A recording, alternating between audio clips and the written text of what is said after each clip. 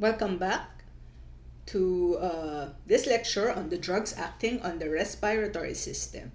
This is part 2 of the lecture, and the focus in this lecture set will be on the bronchodilators. However, before we proceed, please take this very short quiz. So, the first question is, which of the following statements is true of asthma? Number 1, it is a short-term condition. B, it is progressive despite treatment. C, it is often due to atopy or allergy among adults. And then D, it is a chronic and recurrent disease. Please write down your answer. Next. Which of the following is true of COPD? A, the disease can be reversed with treatment of inflammation. B, it is chronic and progressive. C, predisposition to COPD is not hereditary. And then D, smoking cessation does not alter its course. Please write down your answer. And these are the answers to the two questions. If you think that you did not do so well, please go back to the previous lecture set. Otherwise, we will proceed to the next topic.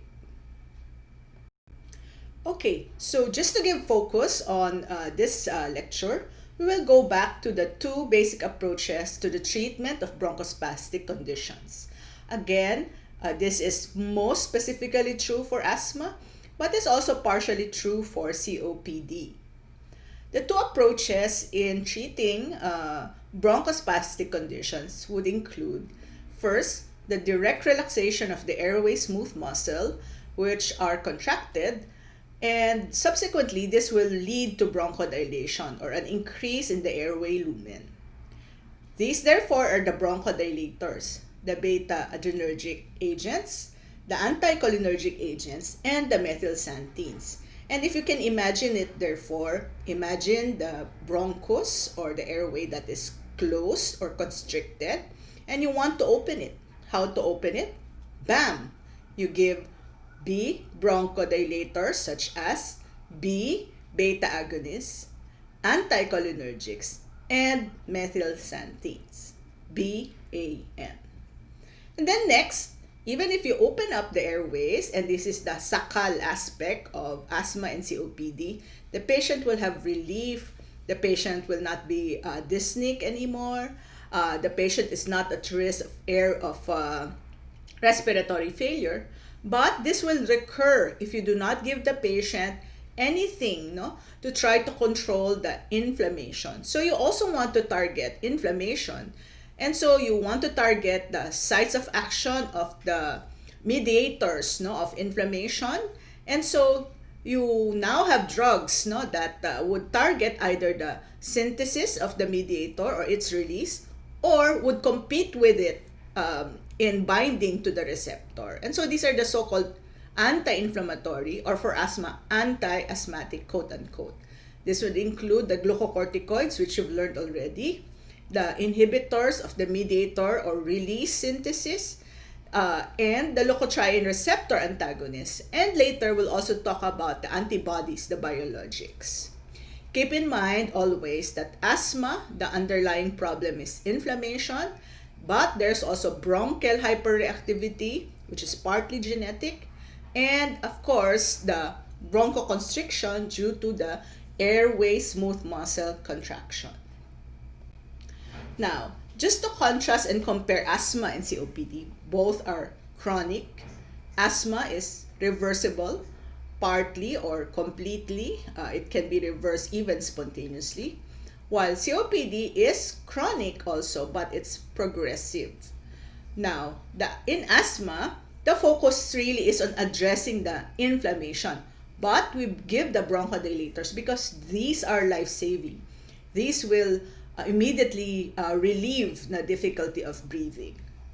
On the other hand, anti-inflammatory treatment in COPD wasn't as successful. And so the main treatment in COPD is really bronchodilator therapy. So again, keep that in mind. To control asthma, you need to focus on treating the inflammation. In COPD, the main drugs for maintenance are the bronchodilators, especially the long-acting bronchodilators. And the current guidelines have opposite effects. In asthma, we never want to give the long-acting beta agonists without giving the inhaled glucocorticoids or corticosteroids. So LABA or LAMA is always attached to the inhaled corticosteroids or the ICS. In COPD, we start treatment with the long-acting bronchodilators, either the LAMA or the LAMA, or a combination of LABA and LAMA, but we do not give the ICS initially. We only give the inhaled glucocorticoids in COPD at much higher or more severe stages. Now, what complicates things is that they have recognized that there is such a thing as an asthma-COPD overlap, meaning if asthma is not improved because the maintenance drugs to address inflammation are not really given adequately, then it can actually proceed to COPD. And therefore, in this syndrome, there are characteristics that are shared between asthma and COPD. However, as students who are learning about these diseases for the first time, we will learn about their treatment separately and then try to then look at the approach to these two bronchospastic conditions. There are many inhalers that are available in the market, and so sometimes it can get confusing even just learning the inhalers. There are pressurized inhalers, the so-called meter dose inhalers. There are those that are dry powder that are also meter dose, such as these ones, and these ones. And most of them actually have the drug within a canister that's incorporated into the device.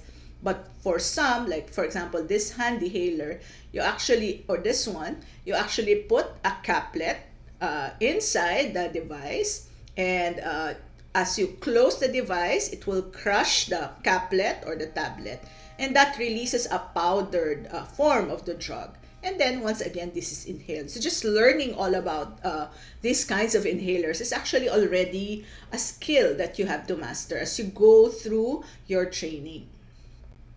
And so again, we will talk about first the treatment of asthma and to a certain extent the treatment also of COPD, looking at the two big classes of drugs, the bronchodilators and the anti-inflammatory agents. Once again, the bronchodilators, like I said, are BAM, the beta agonists, the anticholinergics, the methylxanthines. Take note that the anticholinergics are specifically muscarinic anticholinergics. And then aside from that, there are actually combinations. You can combine beta agonists with the anticholinergics, whether short-acting or long-acting. And you can even combine them with inhaled glucocorticoids, which are anti-inflammatory. In the next lecture set, we will talk about the anti-inflammatory agents, but the focus for this second video lecture will be on the BAM, the bronchodilators. According to the intent of use, we actually talk about also two classifications or two sets of drugs. We have relievers and controllers. Think about the controllers as preventers. Think about them as maintenance treatment, much like other chronic conditions. And the mainstay for the controllers or the preventers, the maintenance, are the ICS or the inhaled corticosteroids or the inhaled glucocorticoids. So many of those drugs that are considered to be anti-inflammatory or anti-asthmatics are actually controllers, and that includes the leukotriene inhibitors, the anti-allergic agents, the antibodies, the biologics, and the sublingual immunotherapy.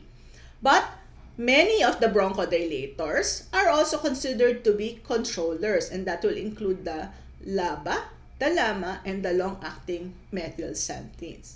So imagine it, you want drugs that will control the inflammation, but at the same time will also keep the airway smooth muscle relaxed. So what do you need to do? Give anti-inflammatory agents, and these are the following, including the biologics and the SLIT for those who have allergic asthma. And you also want to give the long-acting bronchodilators so that the airway smooth muscle would be kept relaxed. But during times of attacks, during times of exacerbation, and this is true for asthma as well as COPD, you want to give them relievers, no, that will are actually life-saving. This will rapidly relieve them of their difficulty of breathing as they lead to rapid relaxation of the airway smooth muscle. And so the relievers are typically the short-acting bronchodilators, the SABA, the SAMA, and the short-acting methylxanthines, as well as giving short-term oral or intravenous systemic glucocorticoids. These will also rapidly relieve patients' symptoms. So today we focus on the bronchodilators, whether short-acting, long-acting, or even ultra-long-acting. So again, bam, bronchodilators would be beta agonists, anticholinergics, especially the muscarinic anticholinergics, and the methylxanthines. Underlined here are the prototypes. So for the beta agonists, you should be able to remember them because they're all salbutamol, salmeterol, formoterol, etc. Terbutaline is rather the exception, no? But among the different short-acting bronchodilators or SABAs, no, salbutamol is actually the drug of choice as our reliever of choice.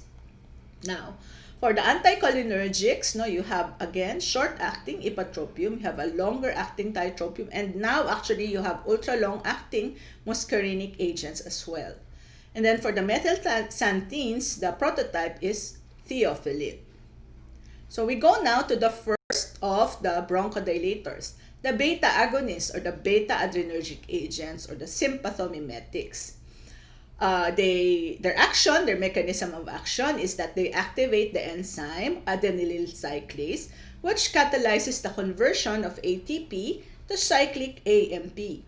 This increase in cyclic AMP leads to a relaxation of the airway smooth muscle in the lungs as well as in the other sites. Aside from this, it has additional actions on the mast cell, preventing mast cell degranulation, decreasing mucociliary transport.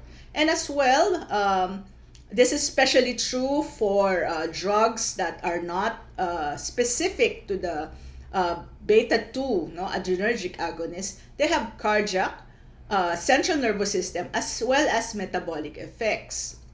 So if you give beta agonists, you realize that the effects on the heart is a direct chronotropism, an increase in heart rate. Its effects also would then lead to tachycardia or an increase in the heart rate. The effect on the central nervous system is an increased alertness, wakefulness, and sometimes even insomnia. Some effects also on the striated muscles would be the development of tremors. And other effects would be metabolic, a decrease in potassium, hypokalemia, and a slight increase in the blood sugar. So if you take a look at, again, in this figure, the effect of the beta agonist as shown, it would activate the adenylyl cyclase, which catalyzes the conversion of ATP to cyclic AMP. The increase in cyclic AMP would lead to a relaxation of the bronchial smooth muscle, specifically in the lungs, and also in the other sites. And this relaxation of the airway smooth muscle leads to bronchodilation. What's being pointed out here are also the indirect effects of the beta agonist, specifically the beta-2 agonists, which are specific, of course, to the airway smooth muscle. So the effects would be, the direct effect is smooth muscle relaxation as shown because of the effect on adenylyl cyclase, but it also has an effect in decreasing the secretion or the release of acetylcholine, decreasing therefore the stimulation of the cholinergic nerves and decreasing the mucus production and mucociliary transport. There's also a decrease in release of histamine from the mast cell granules and a decrease in release also of the mediators of asthma like the leukotrienes. Now, take note again, this is not just beta agonists. These are beta 2 agonists. But if you remember, when you give drugs at much higher doses, some of its specificity would be lost, as the drug will not only sit on its own receptor, but other receptors, no? And therefore, this loss of specificity would typically lead to the adverse drug reactions.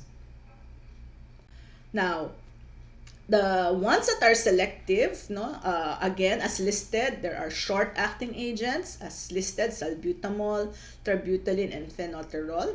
There are also long-acting formulations and ultra-long-acting formulations.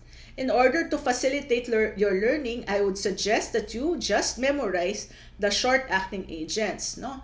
And this is salbutamol, terbutaline, and phenterol. Now, how do you remember the long-acting? The long-acting ones are modifications of the basic structure of the short-acting. So salbutamol becomes salmeterol. Phenterol is also modified and it's now formoterol. Now, just include then bambuterol as an additional LABA. Highlighted here is formoterol. Why? You will realize later on that formoterol, even if it's classified as a long-acting beta agonist, it has a prolonged action. It is very unique because it's a long-acting agent that has a rapid onset of action. And therefore, it can be used as if it's a short-acting beta agonist. And I will go back to that later. So again, the short-acting agents are salbutamol, terbutaline, and phenterol. Structure is modified, so salbutamol becomes salmeterol, phenterol is formoterol, and then you just add bambuterol. Now, these are the selective beta-2 agonists. These are the ones that we actually use. But early on in the development of drugs for asthma and COPD, what was available in the past were the non-selective sympathomimetics. And this included drugs like epinephrine, even ephedrine, isoprenoline, metaproterenol, and isoetherinol. And although we do not use them anymore because of the adverse drug reaction, because of the effect on the other receptors, no? In certain emergency conditions, we still use epinephrine actually, no? And in fact, in persons, no, who have a severe form of allergy, for example, and therefore you want to reverse the bronchoconstriction readily, we still actually can give epinephrine. So the non-selective ones, the catecholamine-based ones, are not a lot in use, no, because they have relatively short action. The presence of the hydroxyl ring in the third and fourth position of the phenyl ring leads to methylation by this enzyme, catechol-O-methyl transferase, in the gut and the other tissues. So it's not orally active, and even when given parenterally, its action tends to be short, no? And therefore it is quite hard to use. And of course, because they're non-selective. The selective ones are the non-catecholamines, like I've already enumerated. And the reason why they are more versatile, no? Salbutamol, for example, is orally active as well as inhalational, and they tend to have a longer duration of action, is because this substitution on the alpha C atom blocks the action by the monoamine oxidases, and so this leads to a longer duration of action, no? And I will show you later how, in fact, the basic structure of the non-catecholamine drugs is actually modified to allow even the short-acting ones to become longer-acting. So again, I've already told you somewhat about conditions such as in anaphylaxis, no? Where we give epinephrine subcutaneously, actually, because it's not orally effective, no? Because of the action of COMT. It is the action of epinephrine is more rapid, which is what you need in emergencies, to give it sub-Q, IM, or even IV. In certain situations, you can also nebulize it. The reason why we don't use it anymore is because of this rapid inactivation by these two enzymes in the liver, no? And so this leads to a rapid deactivation or inactivation of epinephrine. However, again, if you want something that would act very readily, for example, in anaphylaxis, no, where you have a very severe bronchoconstriction, it's very hard to give inhalational therapy, and you want something that will rapidly reverse the bronchoconstriction, epinephrine is the drug of choice. So now we move on to the BAM. And the first of the different bronchodilators are the beta agonists. There are three kinds: the SABA, the LABA, and the ultra-LABA. The SABA, or the inhaled short-acting beta agonists, are the drug of choice as relievers or as rescue drugs. So if you have someone with an acute asthmatic attack, you nebulize or you inhale SABAs like salbutamol or terbutaline to rapidly reverse the bronchoconstriction. However, to keep the lungs, the airways open, you want to give them the long-acting beta agonists, and these are salmeterol, formoterol, and bambuterol, and even indacaterol. These are given among persons with asthma and COPD. However, in asthma, you always want to combine these controllers with steroids. We never use the long-acting or the ultra-long-acting beta agonists as maintenance therapy controllers in asthma. You always want to combine them with inhaled glucocorticoids. Again, the drug of choice as maintenance or controller therapy in asthma are the inhaled glucocorticoids. And if you will use the LABA or the ultra-LABA as a controller, you always want to combine them with ICS. Why is that? Because in the past, patients rapidly learn the uses of drugs. And so if you have asthma and you've been using your bronchodilators, you learn that if you have two different inhalers, one is a bronchodilator and the other is an inhaled glucocorticoids, you rapidly learn that it is the inhaled bronchodilators which will give you relief. And so what happens to people who are just maintaining, for example, the LABA or the ultra-LABA, is that whenever they have attacks, they either use their LABA or even their SABA.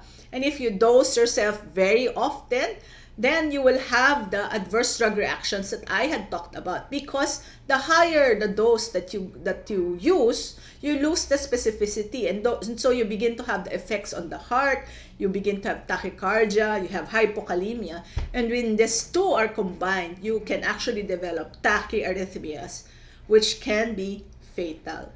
And so you do not want to give the beta agonists as maintenance therapy alone among persons with asthma. Because if you've ever used a separate inhaled glucocorticoid, you know that when you spray it, you don't feel any change in the way that you breathe, no? But they are the more important actually, because they will control the inflammation. Moving on, let's take a look at the different beta agonists according to their duration of action. So we have the SABA. The onset of action is quick, in 15 to 30 minutes, and the relief is provided for around 4 to 6 hours. And that's why they are the relievers of choice in asthma and COPD. They have very little anti-inflammatory effect. I talked about that early on. They have some effect on the mast cell degranulation, some effect on the on the cholinergic nerves, etc. But mainly their action is direct on airway smooth muscle relaxation. And so the drug of choice is salbutamol. In many books, no, it's also called albuterol. It's the same. Preferably inhaled to minimize the systemic effects. And again, I've talked about the adverse drug reaction because of their effects, no, on other organs other than the airway smooth muscle. Next, we go to the LABA, or the long-acting beta agonists, that are considered to be controllers, and I've already emphasized this. Never use this as single therapy, monotherapy in asthma, always combined with inhaled corticosteroids. They have a slower onset of action, and so they're not indicated for acute asthmatic attacks except for formoterol. Formoterol is a LABA with a rapid onset of action. So please remember that. Formoterol is unique because it's LABA, it's long-acting, but it's also it's fast-acting. So it's a rapid-acting LABA. Salmeterol is a chemical analog of salbutamol with a longer duration of action of at least 12 hours. And bambuterol is also a long-acting agent that has an oral tablet that's available, although this is not a lot in use. Finally, there's also new agents, the ultra-LABA. We have vilanterol, indacaterol, and oladoterol. Please correct the previous slide. I think I said that indacaterol is LABA. It's ultra-LABA. And these bronchodilators have effects that are longer than 24 hours. And this improves compliance. Whereas the LABAs are typically used twice a day, the ultra-LABAs are used once a day. And this is because they're highly lipophilic drugs that are retained for a long period of time in the cell membrane, achieving an effect that lasts for 24 hours. And so if you take a look at the chemical structure of the beta agonists, you can see that these are the catecholamine beta agonists, no? And you can see these are the catecholamine derived sympathetic agonists. You can see here terbutaline, you can see here salbutamol. These are the short-acting beta agonists, SABAs.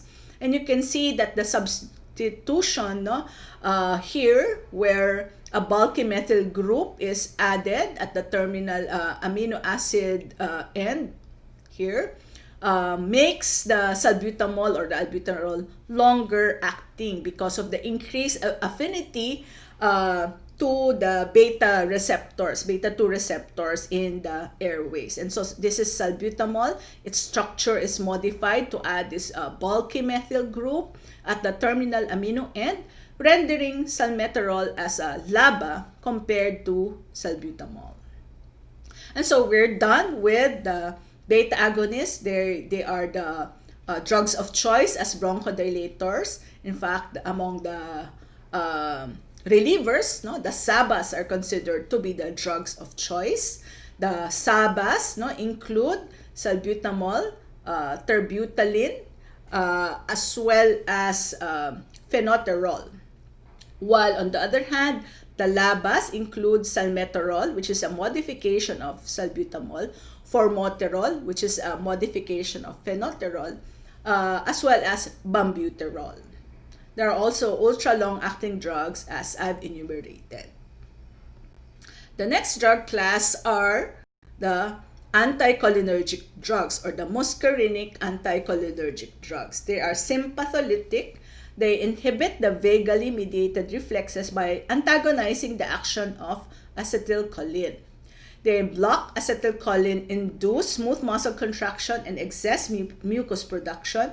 And they also prevent an increase in the intracellular concentrations of cyclic guanosine monophosphate or cGMP. So again, graphically, just to show you the action of your anticholinergic agents, specifically the muscarinic antagonists, they would actually block the cholinergic mediated increase in muscle tone, the acetylcholine mediated increase in bronchial smooth muscle tone. The anticholinergic drugs play a role in regulating the acute bronchomotor response, but generally they're less effective than the beta-adrenergic agonists. The prototype, the short-acting, the SAMA, is ipatropium, and the longer-acting, the LAMA, is tiotropium. So how do you remember that? Just remember that if you want something short to relieve, it's ipatropium. And if you want something that's longer acting, it's tiotropium. So I, me, and then tiotropium. So it would be involving a bigger breath, no? Tiotropium, which is the LAMA. Unfortunately, our now newer agents, the ultra-LAMAs, and these are glycopyrronium and umbricillidinium. The anticholinergics are not as effective as the beta agonists in terms of bronchodilation. The beta agonists are really superior. And the reason for this is because the anticholinergic drugs actually just inhibit the vagally mediated airway tone. And so although it leads to bronchodilation, this effect is already small in normal airways, but it's just slightly greater in the airways of COPD patients, which are actually structurally already narrowed. Therefore, the anticholinergics are really second line, no, bronchodilators as compared to the beta agonists. The prototype anticholinergic is ipratropium bromide, and it has an atropine-like structure but lacks the atropine effects on the pupils, the respiratory secretions, on pulse rate and blood pressure. Remember that the atropine has the following effects, no? It leads to pupillary dilatation, increased respiratory secretions, and an increase in pulse rate. So, ipratropium is able to bring about bronchodilation without these other effects on the pupil and the increase in the respiratory secretions. And because it does not have many adverse drug reactions, it is the alternative for patients who are unable to tolerate the inhaled beta-adrenergic agonists due to the side effects. Now, compared to the beta agonists, the SABAs, it has a relatively slow onset of action. Remember that the salbutamol is 15 to 30 minutes, whereas the onset of bronchodilation is 30 to 60 minutes. And again, may last for around 6 to 8 hours. And it may also be given as add-on for patients who are already on SABA or used in combination with inhaled SABA. So for example, there are salbutamol and ipratropium bromide combinations. Now, there are other anticholinergics. I talked about the prototype ipratropium or ipratropium, which is a SAMA. Now, the LAMA or the long-acting anticholinergic is tiotropium.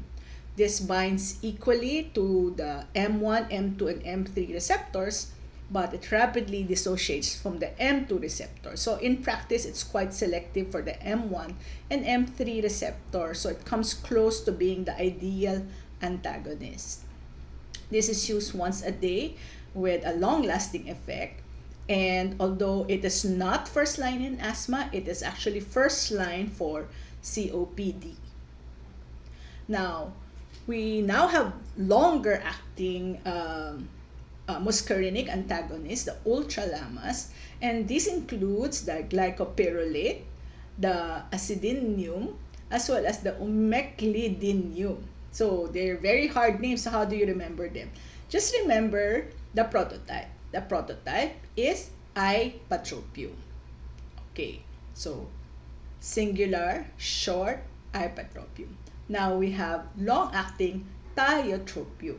So just remember those two. Short is ipratropium, long is tiotropium, and all the rest is very hard names. They're ultra long-acting. And they're important because they can improve compliance. So even if tiotropium is once a day, of course, we tend to forget or we don't use it the same time every day. So the ultra-LAMAs, which have a duration of action that's longer than 24 hours, may be quite helpful. And here, just to show you the structure of the anticholinergic drugs, which have structures that are shared or in common with atropine. And here is ipratropium, and then the modification of the side chains. This is tiotropium, to just show you the comparison to atropine.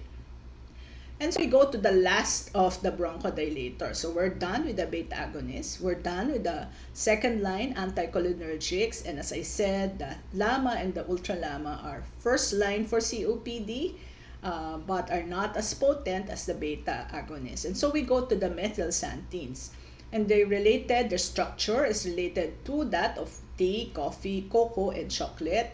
The prototype is theophylline. They're quite inexpensive. They have been in the market for a long time, but they're not a lot in use anymore because of their adverse drug reaction and relatively low efficacy. And they have been replaced mostly by beta agonists in asthma and the anticholinergics in COPD.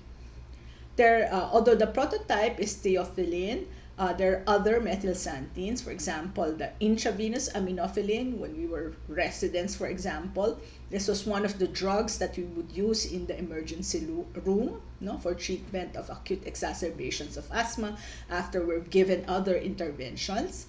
And also the long-acting methylxanthines like the slow-release theophylline and also doxophylline.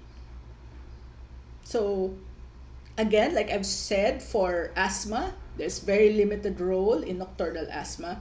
And even in COPD, the methylxanthines are considered to be third line. And we're only talking about this for historical highlights, actually. And for you to know that these bronchodilators are still available. Now, again, if this is the chemical structure of theobromine in chocolate or caffeine, and this is theophylline, which is the prototype drug of the methylxanthines, very similar structure. Okay, what are the possible mechanisms of action of methylxanthines as bronchodilators? The primary mechanism of action is invoked to be phosphodiesterase inhibition. It will block it will inhibit the phosphodiesterase enzyme, which catalyzes the breakdown of cyclic AMP and cGMP. And this inhibition of phosphodiesterase would therefore lead to the accumulation of cyclic AMP and cyclic GMP with therefore increased signal transduction, and this would lead to bronchodilation. Other mechanisms will be inhibition or antagonism of adenosine at its receptor, stimulation of release of epinephrine. And remember that epinephrine is a direct bronchodilator. Also, inhibition of the release of mediators, let's say from the mast cells. And finally, inhibition of intracellular calcium release within the airway smooth muscle. And this would lead to relaxation of the airway smooth muscle. So there are many proposed mechanisms of action. These are shown in this figure. So once again, theophylline, the prototype, as shown. The main mechanism of action is inhibition of the action of the enzyme phosphodiesterase. So this will lead to an accumulation of both cyclic AMP and cGMP. And this would lead, therefore, to a direct effect in terms of bronchodilation. It also inhibits the action of adenosine, the binding of adenosine to its receptor. And therefore, this inhibition of the action of the adenosine would also lead to a decrease in bronchial tone and bronchodilation. And finally, it also has many effects. For example, in the secretion of mediators in the eosinophils and the release, for example, of histamine in the mast cell and cytokines from the macrophage. And also effects on the diaphragm that will increase the strength of contraction of the diaphragm. And even some effects on the endothelial cells that are found in the airway lumen, decreasing the leak, the edema, and decreasing even the migration of lymphocytes, all of which are proposed to lead to airway smooth muscle relaxation. However, the reason why the methylxanthines are not very much in use is because of their narrow therapeutic range. In terms of the therapeutic level, is at 10 to 20 microgram per ml concentration of the drug, no, in the plasma. However, this therapeutic level overlaps the toxicity level, which begins at around 15 microgram per ml, and this leads already to gastric irritation, and this can progress to cardiac toxicity like tachycardia and arrhythmias, some central nervous system toxicity, especially in the elderly and in premature infants. So really, this narrow therapeutic range implies that at doses that are used to achieve the therapeutic concentrations that are required to lead to its effects, to its therapeutic effects, there are already some expected adverse drug reactions, and these are very quite exaggerated or more prominent among the elderly and premature infants. The premature infants, because their liver is which is important in metabolism, is not yet fully mature, and in the elderly, because of both liver as well as renal already degeneration, which leads to a decrease in the clearance of the drug. And so these are other adverse effects. They're mostly beginning GI, and then some headaches, diuresis, much like coffee, for example. And then this can lead to cardiac irregularities and then even seizures. And these are some conditions which decrease the half-life, decrease the clearance and increase the half-life of the drug. So among the elderly, for example, as your renal clearance or eGFR begins to drop, more of the drug is being retained, and therefore the half-life is increased. Persons who have viral infections, even cirrhosis of the liver, for example, where the liver is unable to fully metabolize the drug, therefore the clearance is decreased. And with certain drugs like macrolides, for example, which are common antibiotics.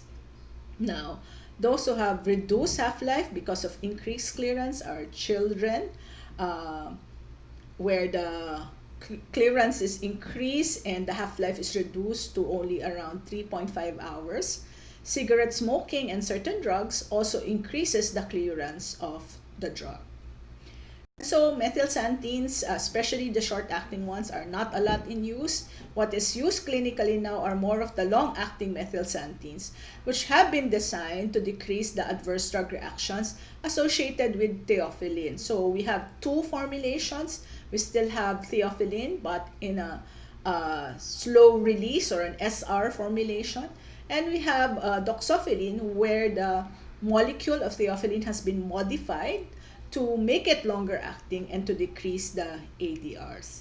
Intravenous aminophylline is still available, but again, it's not a lot in use anymore. It is used in an adjunctive manner or as a third line or fourth line, probably in the treatment of, in the emergency treatment of asthma or COPD exacerbations. So that ends this slide set. And what's next after we've talked about the bronchodilators are the controllers. So again, in this video lecture, I've talked about the bronchodilators, the beta agonists, which are the most potent and are the drugs of choice, especially the SABAs as relievers. And then we also talk about the anticholinergics, which are not as potent as the beta agonists. And finally, historical highlights, the methylxanthines, no, which have many mechanisms of action, but because of their narrow therapeutic range and therefore their ADRs are not a lot in use anymore. So thank you for listening, and we will go now to the next video lecture.